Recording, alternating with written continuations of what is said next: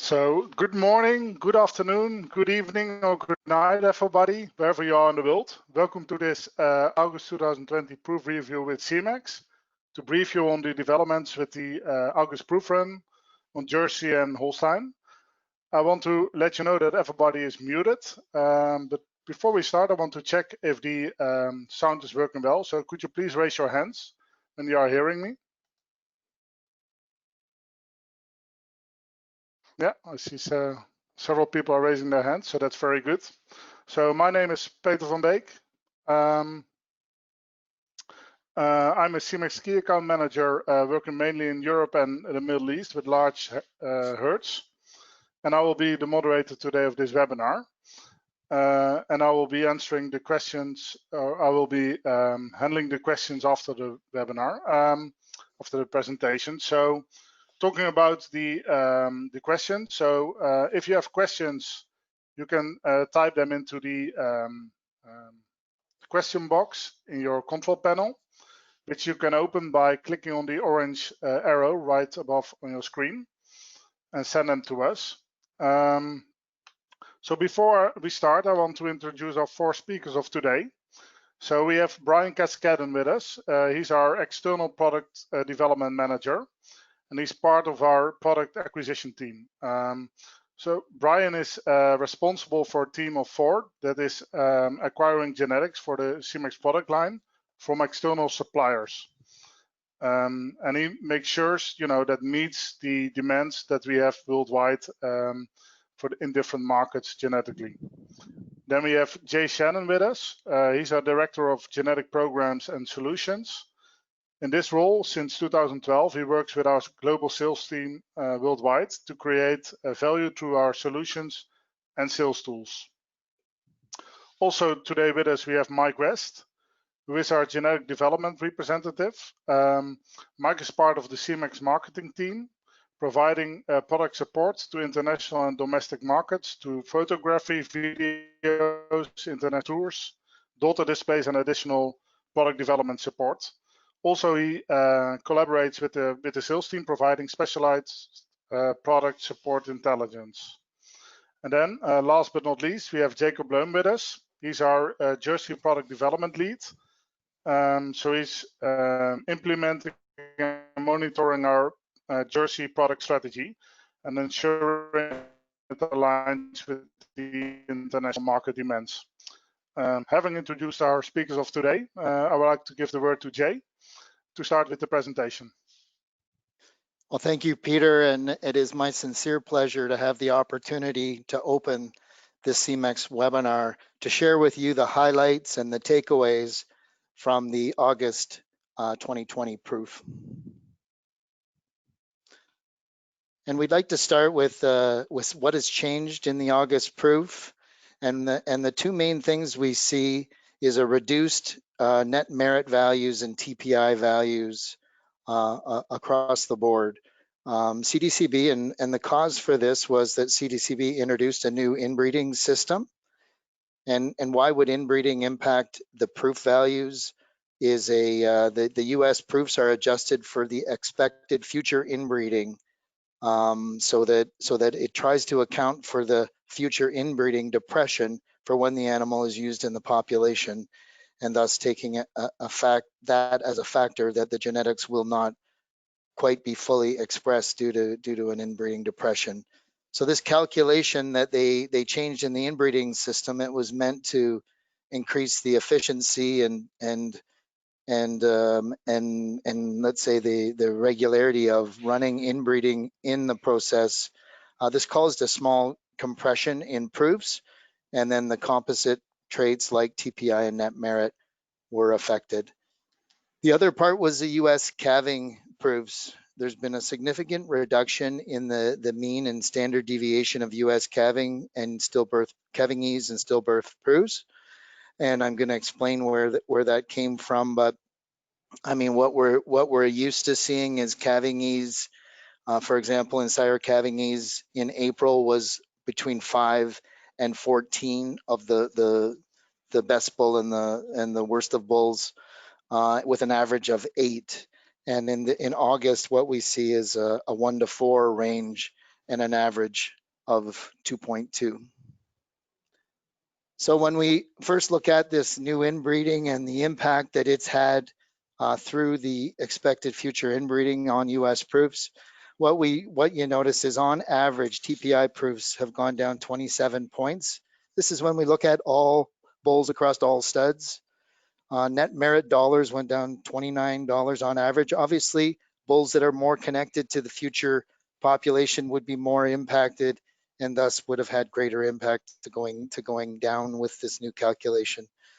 You can see the milk, fat, and protein. They seem small average adjustments, but it's the composite when you bring them all together.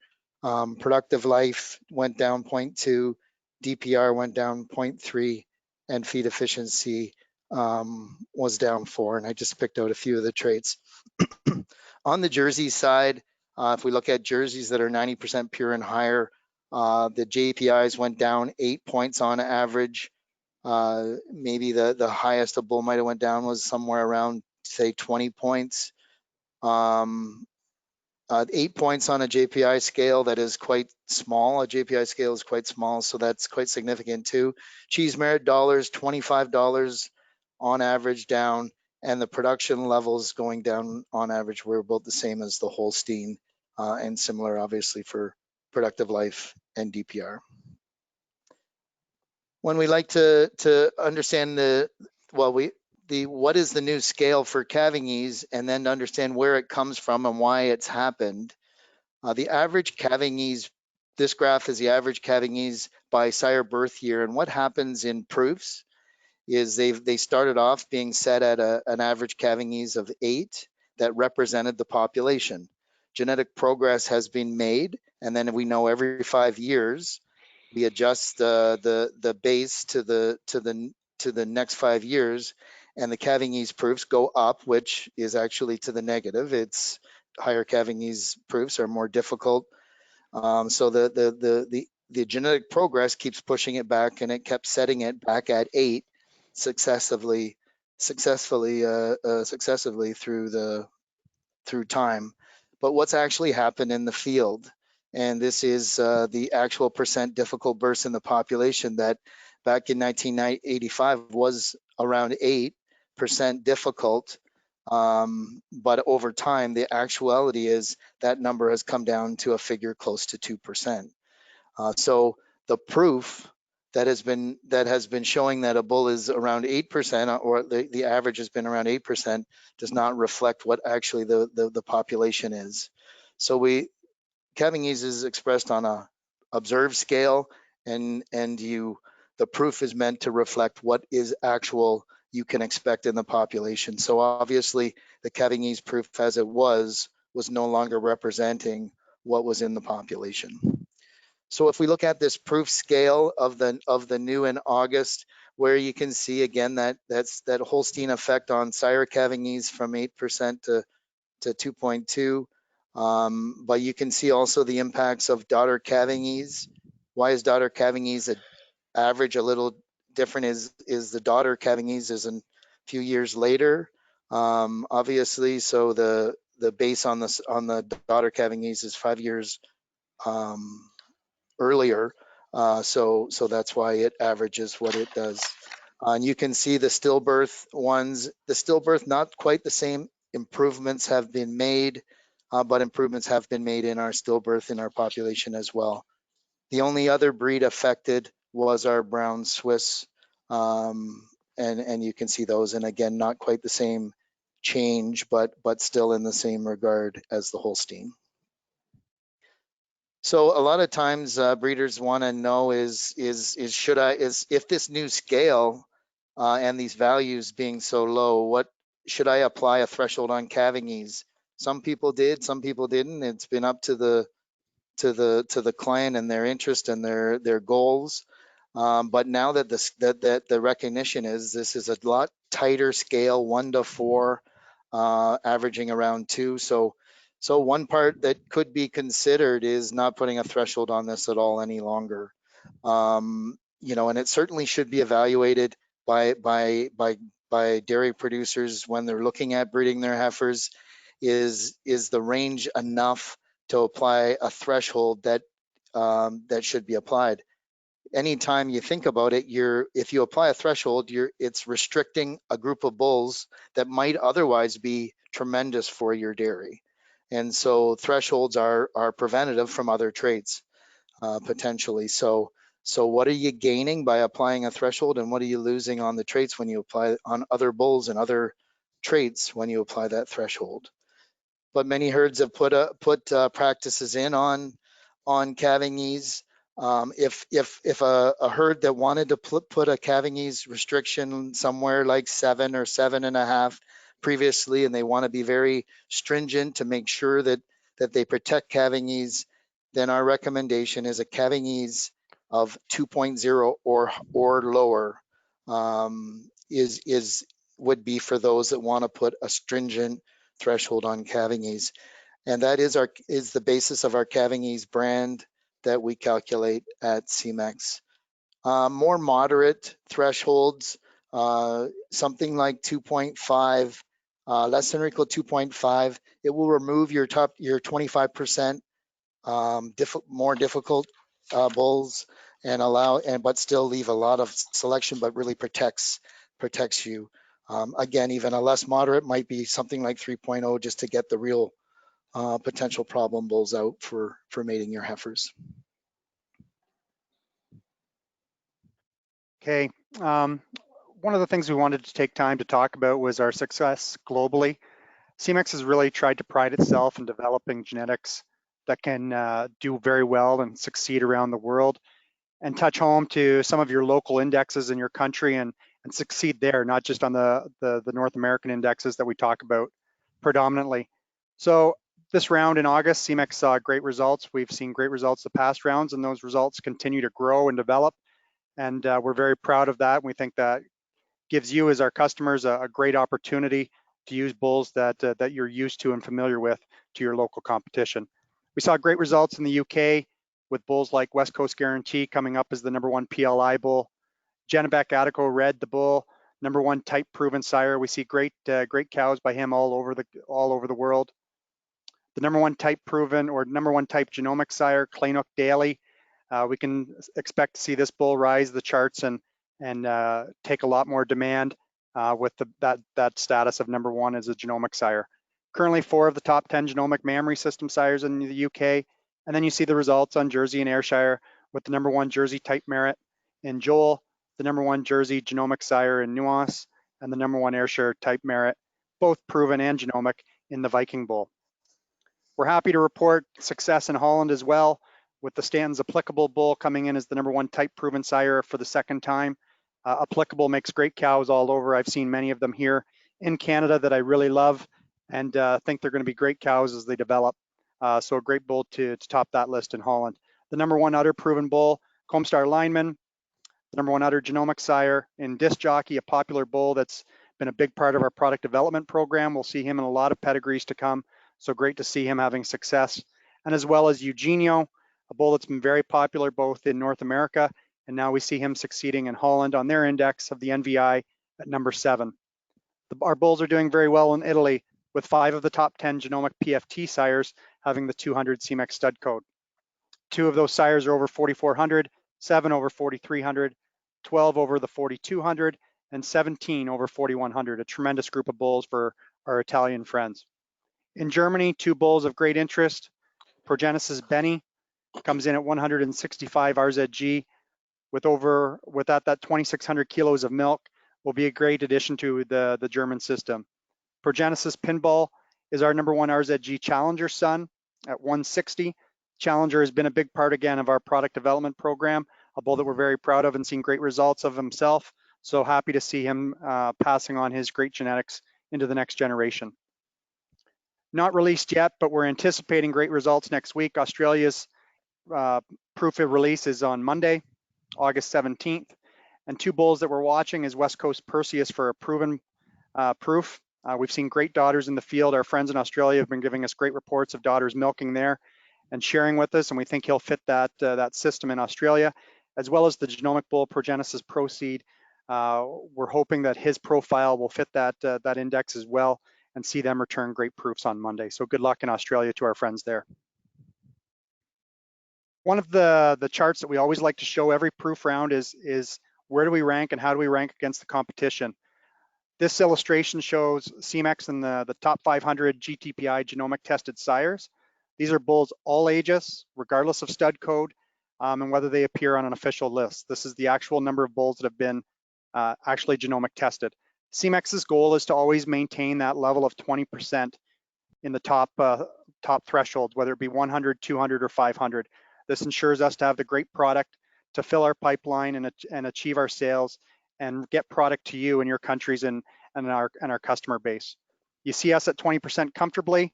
The one thing I will say is Semex continually holds at that number, and we don't see a lot of fluctuation like we may see elsewhere in that number, and we maintain that goal and achieve our success that benefits you at the end. One result that we're very, very proud of this week that we're just happy to share is Semex will call home to the #1 net merit sire. Winstar Graziano has the number of 978 net merit dollars. This was a bull that we were able to end up with as we purchased an OPU from his dam. He is a Zazzle from a Crimson from a Jedi, and we're very excited to see this number come out at 978 net merit dollars and appear at the top of the charts for genomic tested net merit sires. So we look forward to him entering stud and producing semen and being delivered to your doorstep.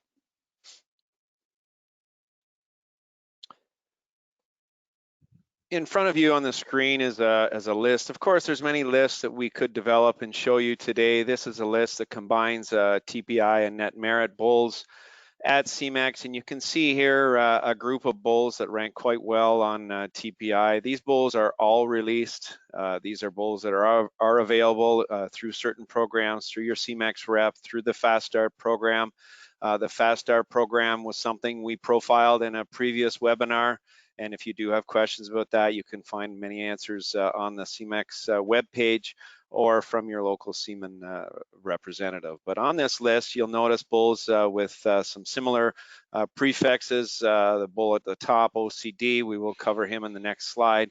But 3 bulls from Kleinuk that are all from the same dam. Those are all maternal brothers. And then some progenesis bulls as well. That certainly look great on this list, and these bulls do average 2913 TPI and 777 net merit. In addition to being available to you today, these are all bulls that we have used in our product development program to try to create that next generation of bulls that will fill the next list we show you in 12 months time perhaps. So certainly a great list that we're quite proud of, and we'll just look a little closer at the OCD silver chair bull at the top of the list. This bull is a positive son, progenesis positive, a very important bull to Semex, a very successful bull. He continues to rank very well in his own right and remains popular around the world for many different reasons.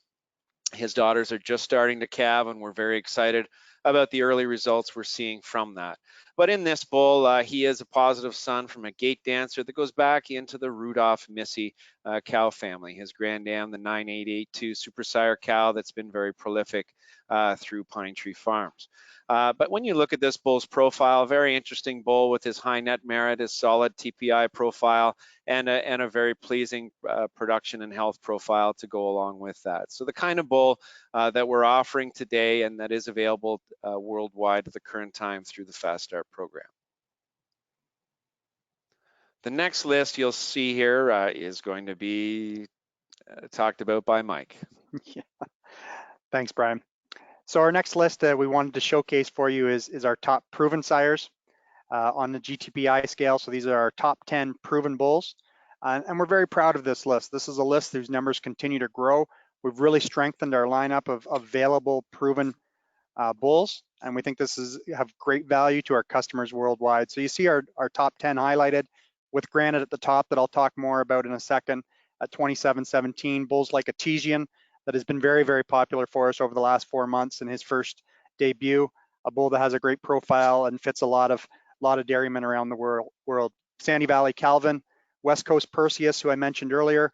We anticipate great results for him around the world on local indexes as well, not just on TPI. Seamers Bloomfield, a bull that sires great balanced cows with strength and feet and legs and exceptional udders. Sandy Valley Copious, Sandy Valley Anakin just released this proof round, a bull that I think offers quite a bit of benefit with his production and components, and will be a nice addition to our lineup just being released this week. And View Home Mesquite to round out our top 10. Now I'll just talk a little more in depth about the Granite bull.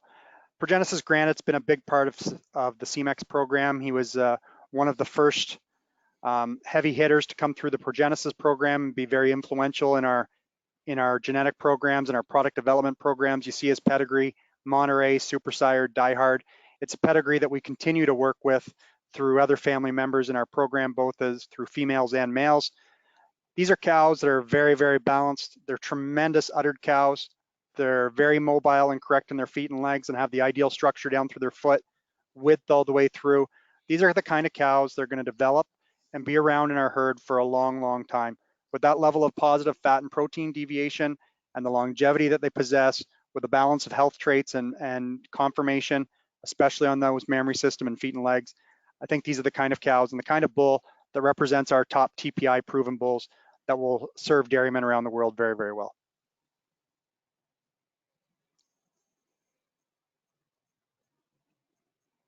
Brian?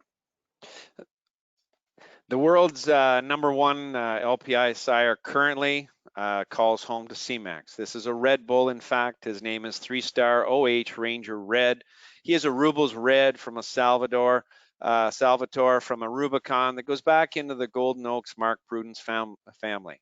This cow was a former world record champion cow, also scored 94 points, I believe. This bull not only tops the LPI list, but he combines that with a very solid 2896 TPI score and a +11 on conformation in Canada. We're very excited about this bull to be able to call Semex his home. He is born in Holland and he lives at our facility in Hungary. As we talk about our LPI bulls, I'd be remiss not to show a list here of our top 10 LPI bulls. These bulls, like the top 10 TPI list, are all available. These bulls are a range of sires here by different bloodlines, but you can see a couple of common bulls that show up both on the TPI top 10 and the top LPI list. And the two at the top, Manhattan and Mesoforte, are full brothers, sire by positive, that certainly are very, very important bulls to our product development program, and now are available to you as they are both released worldwide as of this week. So very exciting pair of bulls at the top of this list. Also, you'll see on this list a pair of polled bulls as well. Oh, sorry, one polled bull. We do have another polled bull that's very close to this list called, I'm sorry, I'm missing his name right now. Sorry, something just happened. But the bull Speed Up P is an actual polled bull that has a very nice LPI rating combined with a double-digit type profile as well. You see a couple other positive sons in cockpit. Here we have a couple of disc jockey sons on this list as well. The bull that's on the screen is West Coast Jupiter, and I'll just go in a little more detail on an upcoming slide about this bull.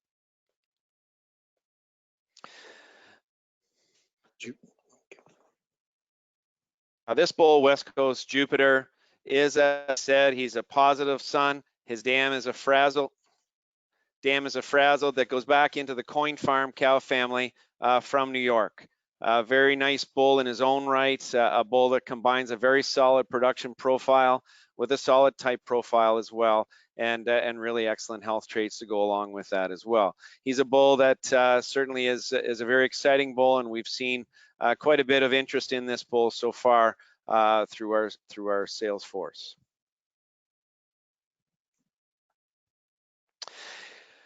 We also have a list here of our top conformation bulls at Semex based on an LPI conformation basis. The bull in the photograph here, Brabantdale Alley-oop, tops this list. They are a pair of crushable sons at the top of this list. You can see it 17 and 16 on conformation in Canada with very strong mammary scores and foot and leg scores to go along with that. We go down the list here. We have a couple of disc jockey sons, and then we go into crushable himself. There's a couple of Sidekick sons, and Sidekick wouldn't be too far down this list himself. So I think it's a very, very nice list for us to show you here to say that we have a product line that satisfies many, many different customers around the world, and that is our goal at the end of the day, to have product to meet every producer's demands. This group of bulls does average a +15 on conformation, and having high conformation is one thing, but we're proud to say they also average 743 of milk along with that. This bull, Brabantdale Alley-oop, who's at the top of this list. This bull is an exceptional young bull. He's in very high demand at the moment. He's one of the early crushable sons. His mother is a Rambo that goes back into the Goldwyn ATM cow family, second dam being a McCutcheon. But when you look at his profile, this is a very exciting bull. A bull that is extreme on production in terms of volume of milk, and combines that with an overall +17 on conformation and a solid profile all the way across. This bull will make the right kind of cows for every dairyman, but also will make the showy kind for those that are interested in that. So a very nice group of bulls here to talk about, and Alley-oop being our number one at the top of that list. We saw great results in the proven LPI list as well this round. Semex is proud to have 8 in the top 20 LPI sires. As the proven list of LPI continues to get more and more competitive, each and every passing proof round, we're very proud of the type of bulls that we have representing our top 8. You see the West Coast Alligator bull that settled in at number 4 this time, an extremely popular bull around the world, sells every dose he can make. West Coast Randall, when you pull out every bull that's in the top rankings of LPI and you compare their linear breakdowns, it's hard to find a bull that's comparable to this guy with the number of pluses that he has, his solid production, very balanced type, and just great quality and longevity in those type traits. Stanton's actually Seamers Bloomfield, a tremendous bull that I talked about earlier. The Benner Bardo bull that was a former number 1 LPI sire still continues to be very popular for us globally. We saw him move up a little bit in his production figures this round. The Lockheed bull, a bull from Europe, was housed in Hungary, a bull with a very interesting type profile and production profile that I think settles in that our top 8 quite comfortably. And Stanton's Galore and Progenesis Seducer, 2 great bulls. Stanton's Galore is our highest new release, and I'll talk about him a little further now. He debuts at the number 18 spot on the LPI charts. As we move to the next slide and we look at Stanton's Galore and his breakdown, this is a bull that I think has a very unique profile and offers something very interesting for the breeders looking for a proven LPI sire. Galore is sired by Silver out of a Camaro, and then backed by a Mogul, and then Larcrest Crimson behind that, and of course the great brood cow herself, Larcrest Cosmopolitan, a cow family that is renowned around the world and had great success putting high males and high females into genetic programs around the world. The Galores, I think we can expect great things from them. He's a bull that's going to sire leading components. He's high for fat and protein percent, and these cows look like they have the ability to milk more and more with each passing lactation. Their udders exhibit great quality, great symmetry and quality in that median suspensory ligament with comfortable teat placement. And these are cows, when we've seen them in their large herd environments, we see them excel through their mobility and just that overall dairy strength and ability to produce that I think all of our dairymen want to see in their cows. Long-lasting, profitable cows that will last for many years.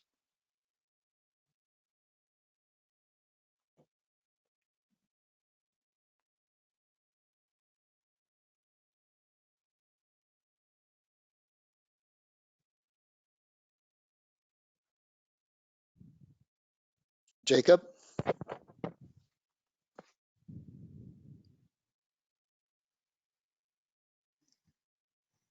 Okay, I'll wait for, or we'll continue on without Jacob, and he can jump in if he gets on.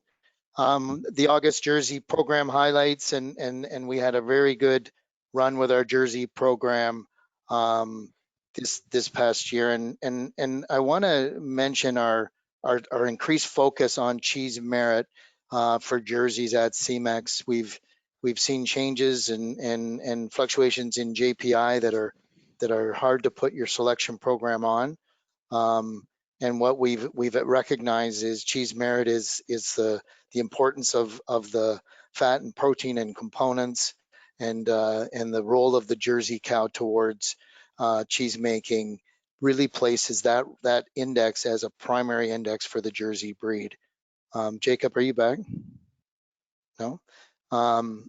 So what we see is when we look at Semex versus other studs, and we look at the bulls that are 14 months and older that have a stud code, the bulls over 400 cheese merit in the current formula, Semex has 20% of that group, which puts us at the top of the group, and even extends further when you raise that bar on cheese merit to $450.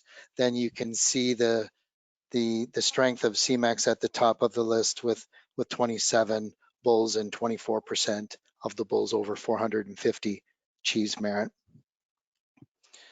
If we look at top cheese merit sires, and this is a list of both proven and genomic bulls, but what we have is a really strong list of bulls that have either cheese merit or JPI, different pedigrees, where you see the bulls with the strength of bulls that are like the Chief, that has been just a phenomenal bull for Semex and Jersey producers. But the new bulls coming to the market under Semex, Sinatra is a bull that we've used in extensively as a sire of Sun. The bull Endurance is just, these are two bulls that have been brought through the Fast Start program to you. Again, a really strong bull that offers type with his great production.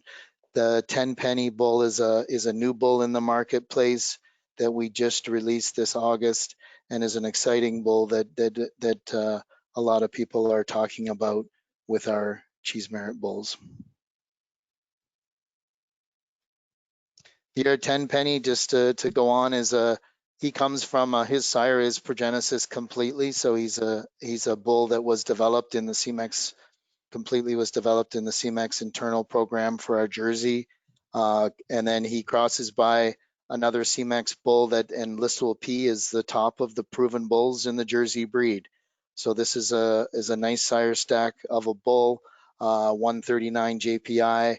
Really has high milk, and that will make him really attractive in the marketplace. 1,572 pounds of milk is an extreme value, and yet combines that with some really good fat protein at 109. And this is an A2 bull, and for the people in all parts of the world, he's a pure bull, and he is available in sexed and a really good producer of sex semen. So he's an extremely exciting bull to our Jersey marketplace.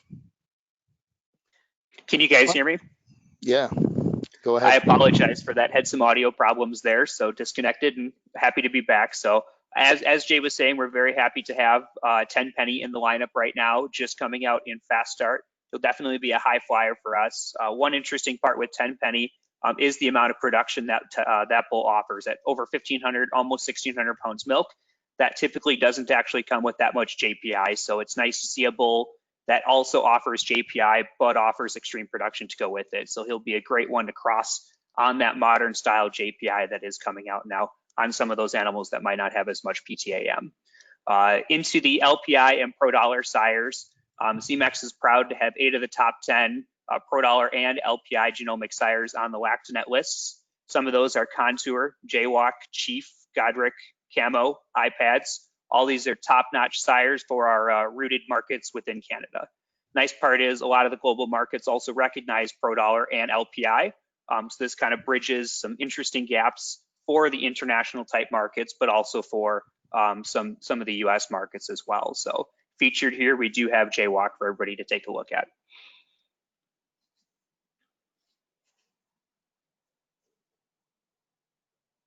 Reigning in at #1 for Pro Dollar and LPI is Glencrest Contour. Ever since this bull debuted on the sales floor, he was #1. So it's nice to see that he is still maintaining that ranking position. He is 2232 LPI and 3361 Pro Dollar.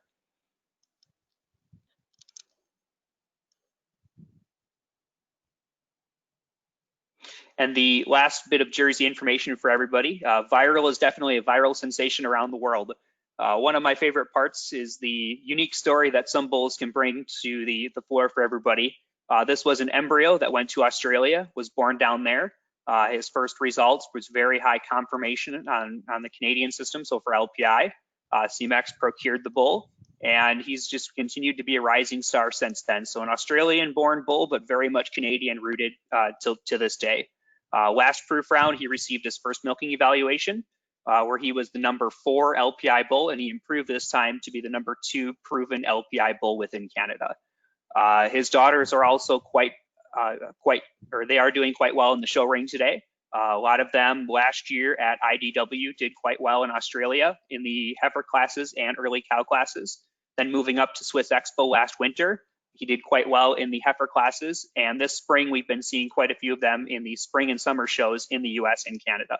He's definitely the viral global sensation. Thank you, Jacob. Semex recognizes the critical importance of semen fertility for dairy producers around the world. We have orchestrated extensive research efforts over the past several years aimed at putting fertility first. What gets focus gets results, and we're starting to see, and many dairy producers around the world are taking notice of the growing strength of Semex fertility. And to give you a graphic that has been updated with the latest proofs, what you can see is the comparative of studs and Semex in the red, and the growth and the increase that has been happening at Semex as we've placed every importance on the critical importance of fertility for you and getting animals pregnant. And you see the rise. I've put a dotted line on to let you know that we're not going to stand still. We're going to aim higher and keep aiming higher. We think the ceiling for us, there is not one. So our efforts in terms of improving the fertility of the Semex product and the efforts going are just showing great results for Semex driving forward. And when you look at Fertility First, can you get fertility bulls that give you genetic packages? And I'm going to hand back to Mike. Thanks, Jay. Yeah, I think when we talk about any of these brands that we're talking about today, one of the things that we need to stress is we're providing you some brands and some bulls that fit that criteria, but we're not making sacrifices at any genetic level.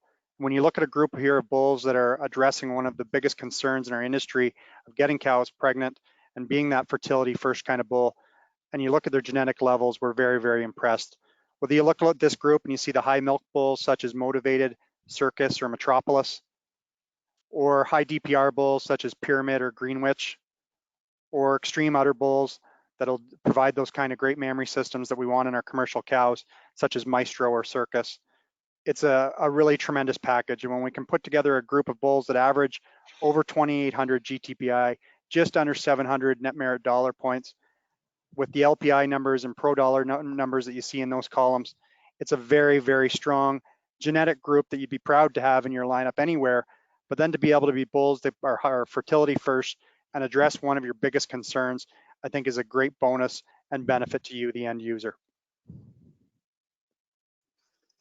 Thank you, Mike. And Immunity Plus is the greatest innovation in the genetic industry over the past 20 years.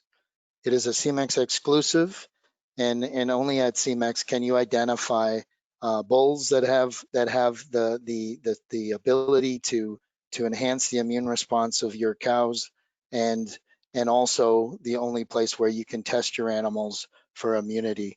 The health of dairy cows is the single most important limiting factor for maximizing profit on your dairy. It's via selection for Immunity Plus bulls. We have the ability, and you have the ability, to build the immune responses that fight disease and build resilience within your cows to be trouble-free, healthy, and very reproductive and top performers on your dairy. It is the health of the animal that limits her abilities in all those things. So Immunity Plus is meant to crush disease, to save you money, and to build a healthier cow that pays dividend back. And research has shown that a high immune animal versus her contemporaries will provide $124 US dollars per lactation ahead of her contemporaries by that innate ability to fight disease within them. Heritability is an important factor. So many health traits are low heritable, and what separates immunity is 30% heritability, and that means you can select for it, and these bulls transmit that benefit to the next generation. And that next generation, what do they get? Well, when we look at high immune animals versus their contemporaries, 30% less disease. And wouldn't we all like 30% less disease in our dairy? And that's what immunity provides you. So immunity is something that you can recognize the value, but what's great is you can get all the genetics and get immunity too in a beautiful package. That's right, Jay, and I think you see a list of bulls here that do carry the Immunity Plus designation. You can see their values across here. This group of bulls, 10 bulls, averages 2865 TPI and just under 700 net merit. And interestingly enough, this group of bulls is a lot of bulls that we've used to make matings to create that next generation. So not only, as Mike mentioned with the Fertility First slide, is that you're not sacrificing any genetics at all. In fact, you're enhancing your genetic product, and by having Immunity Plus attached to it, you're going to have cows that are going to genetically excel within your herd and be healthy while doing it. You can see some of these bulls, Einstein, Mesoforte, Sarsaparilla, Cockpit. These were all bulls that were used heavily within our product development program. We have sons today. Of all of these sons, some coming from Mesoforte, that we are very confident, and we've already seen the probabilities that they will be Immunity Plus. So we not only have this group of bulls to look forward to, but we also have their sons and their daughters to work with moving forward. So we are confident that our stable of Immunity Plus sires and the level of genetics that they carry will just grow and grow as we move forward. The bull that's on your screen here, I'll go a little more in depth on him. Stanton's Cockpit is a positive son. He's a bull that ranks very well in both. Jay, if you could just move that slide to the next.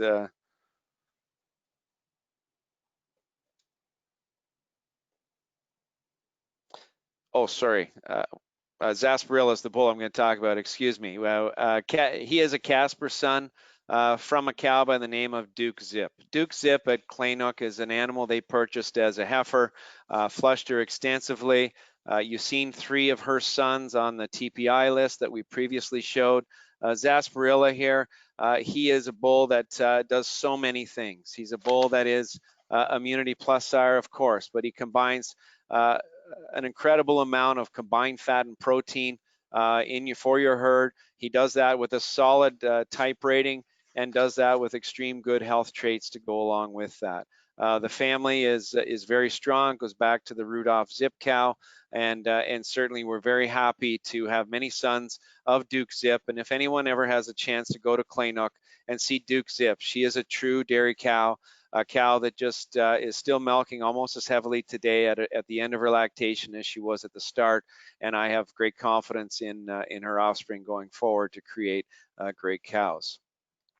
And when we think of Immunity Plus, and I showed you a list of our top 10, Jay, if you can show the next slide, just an example of what we're dealing with. And I talk about our genetic stable growing of Immunity Plus sires. We now have 29 Immunity Plus sires that are over 2,900 GTPI.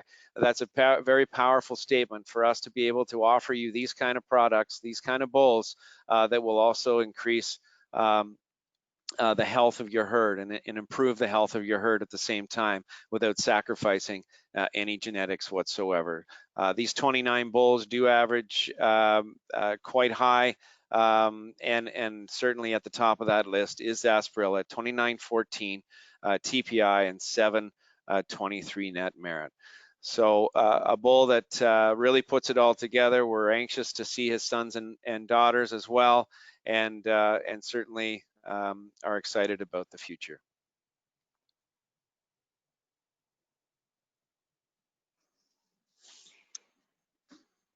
Okay, thank you, Brian.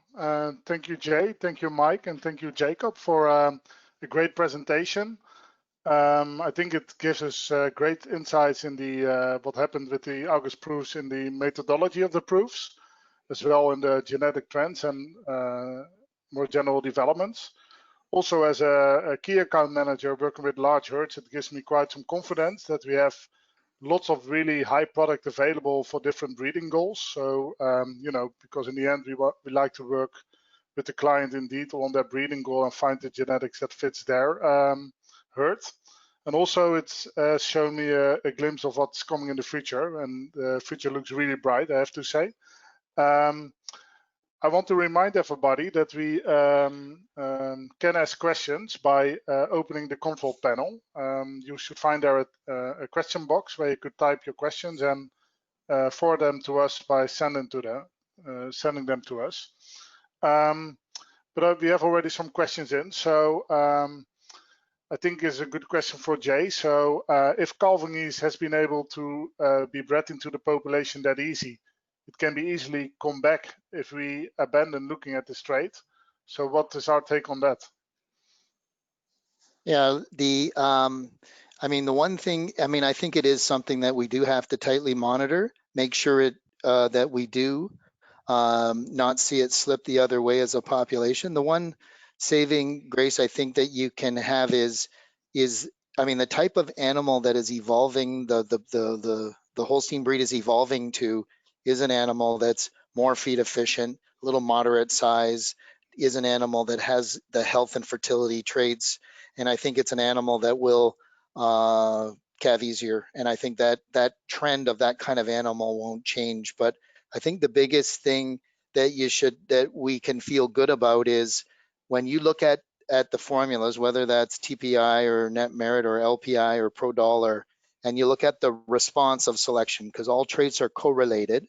And so sometimes traits that are weighted that create a desired response in calving ease, what we generally see, for example, feed efficiency and the emphasis on body weight and different things like that, the response that we have on calving ease is positive, meaning positive to the good.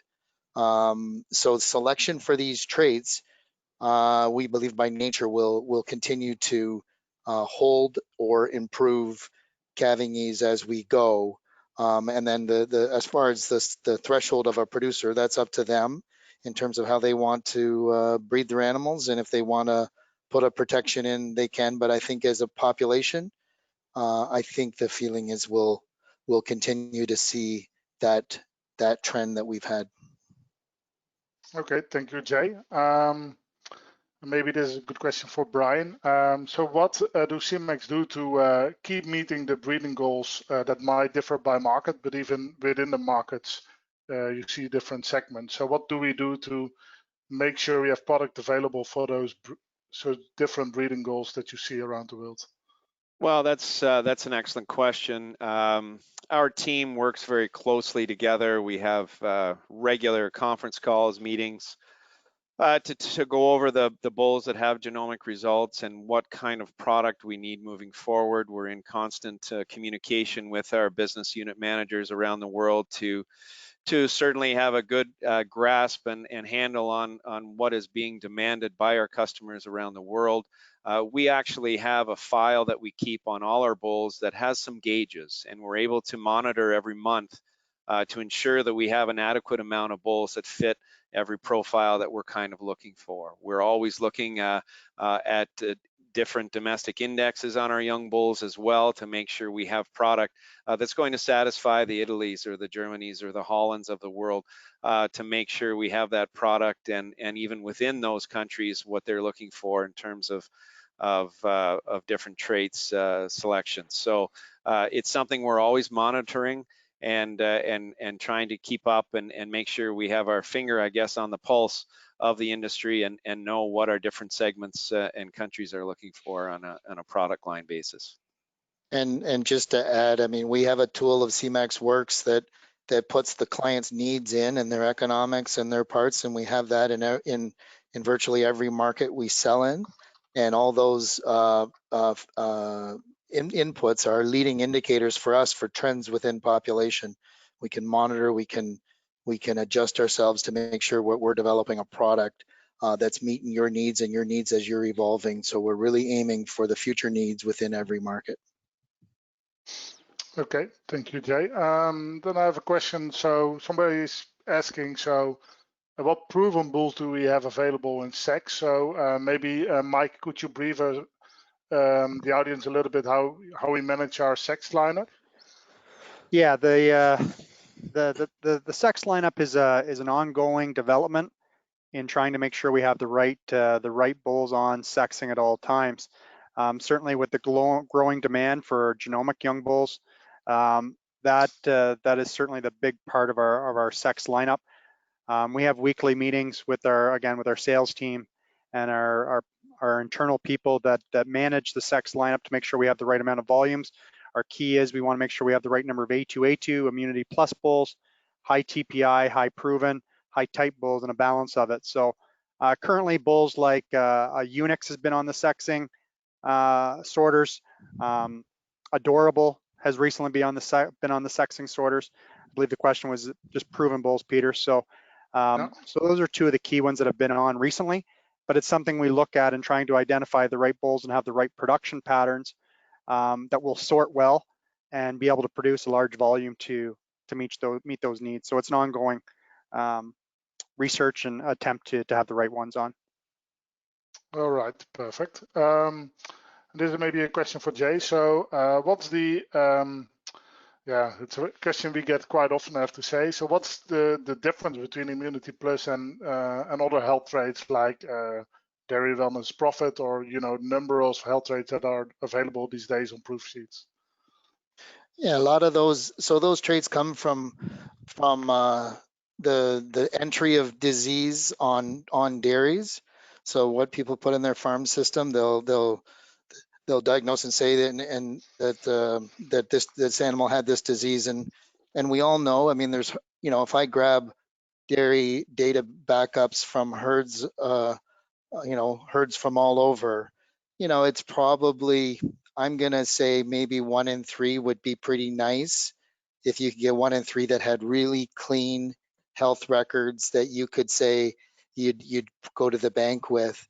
And so the problem with those traits is data entry and data components, and the accuracy and diagnosis of whether that animal had a disease or not, and then trying to take that and build it into an index. Disease traits are prone for low heritability, oftentimes 2-3% heritable. I always say, like, immunity combines viral and bacterial immune response into an overall robust immunity that can fight all kinds of disease. But I think an animal doesn't have so much a gene for every disease. What she has is she has an immune response that fights the different forms of disease. And so the true solution you're looking for is not in the disease, it's in the response to a foreign pathogen. And immune response is heritable, can build you an overall immune animal that, to me, is your genetic key to fighting disease and building a healthier cow. Okay, thank you. I've got a question here, and it's a little bit a hard word for a non-native English speaker, but they say some research has shown more consanguinity in young genetic bulls than in proven bulls. Is this true? So I think a consanguinity means like variety or something, or who likes to brief on that? So are we talking about genetic that maybe the young bulls are becoming more closely related? Is that what you're meaning by that? Yeah, I'm wondering that too. Yeah. It's inbreeding indeed. Yeah. I mean, I think one of the great features we have today is there's pedigree inbreeding, which is the relationships of the animals by pedigree But as we know, many combinations can be inherited, and what's the downside of a gene is being homozygous for negative negative genes and building that as fixed in the population. So I think one of the great features we have with genomics is genomic inbreeding, where we can actually see that animals, oftentimes what they inherited was not homozygosity in the genome that would create problems from inbreeding. So I think it's something that the studs use to try to manage. We want to maximize genetics and maximize gain and control inbreeding. I think there was one day a taboo on inbreeding that, you hit certain thresholds and that's the line. And I think most people in the genetic side of the business see that actually those kind of lines were artificial. And we, it's not that it takes away the importance that we have to continually look for outcross opportunities and whatnot, but I think people look at it in a different spectrum today in terms of managing inbreeding and the opportunity that the next generation of genetics provide. Okay. And then somebody asked, so what's making the difference between the Fertility First initiative and some of the initiatives competitors are having? Because we assume that all AI companies are focusing on semen fertility these days. Yeah, like I'm not. I mean, I guess it's like anything. It's a competition for being the best, and I think we have, I mean, tremendous people that are working in this field, and what we're compiling right now is, I mean, a really broad database of farm fertility data. So you have your public measures, and then we can separate up. Oftentimes in the public system, sex semen versus conventional, the data is miscoded. So we're trying to build the cleanest data to be able to measure accurately and as quickly as possible the fertility of our product. But I think in fertility, it's like other parts. It's having the objectivity to look at every component, going under each stone and trying to uncover the secrets to make steps to continue to improve the fertility of your product. Our bulls are younger today, and they're producing semen at a younger age, and this puts a challenge to semen production. And so that's the game say, to try to make a young bull as fertile as possible. And I think we're the strides that we're making, I think this shows us that we're gaining, obviously at a faster rate than anybody else, and we plan to continue that. Thank you, Jay. I think these were good closing words for the question session. There are no more questions at the moment. We are almost at the full hour. So yeah, again, I'd like to thank the presenters, but also the audience for the active participation in this public Semex webinar, talking about the August proofs. I want to let everybody know that this is part of a series. So we are having regular webinars, sometimes more on a bit of genetic focus like this one, but previously we have had also webinars with a more management related focus, or like virtual farm tours. If you'd like to keep yourself updated about that, please keep following our social media, but as well have a look at our website. There's a section at our website with also which will show the past webinars, from which some were recorded. So you have the opportunity to watch them back, and keep following us to see what's coming next. So yeah, to end all for everybody, I want to thank you all and wish you a nice day and a nice weekend. Thank you.